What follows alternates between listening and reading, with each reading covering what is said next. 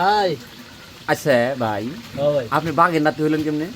বাঘের নাতি দাদা ঠিক আছে দাদা। হ্যাঁ, তা আপনার দাদা কি বাঘ ছিল নি? বাঘ আসলে যেত আমরা নাতি, কই? বাঘ না থাকলে কি আর আমরা নাতি হইতাম?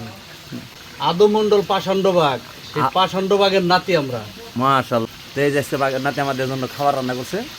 এটা কি? পাকিস্তানি পোলাও হইতেছে, পাকিস্তানি পোলাও, খালি গোটা এই যে এমনি ধরে খালি গোটা। এই উপলক্ষে যেন আমার ভাইয়ের মিষ্টি মুখ এটা দুলে ভাই করছে। আপনি তাহলে বাঘের নাতির হ্যাঁ বনে জামাই। বোন জামাই। হ্যাঁ, এই বাঘের নাতি একমাত্র বনে জামাই। একমাত্র বোন জামাই। তো বাঘের নাতি ভাই, ভাই তো কতক্ষণ লাগবো রান্না হইতে? ইনশাআল্লাহ কাছাকাছি। পেটের কৃমি কিন্তু যাইবেল আছে মইরে। আর না বল, এটার সাথে কি হবে আর? পোলাও পোলাও হবে, খেপসা হবে না আজকে? না, আজকে খাবো না।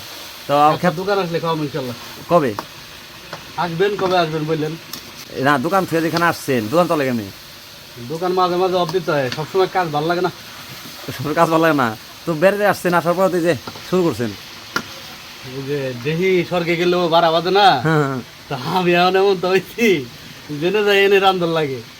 তো আজকে আমাদের খাওয়াটা খুব স্পেশাল হবে, বুঝছেন? ইনশাআল্লাহ ইনশাআল্লাহ। বাঘের নাতি রান্তাছে আমাদের বাঘ ভাই, আমাদের ওদিকে আইছেন।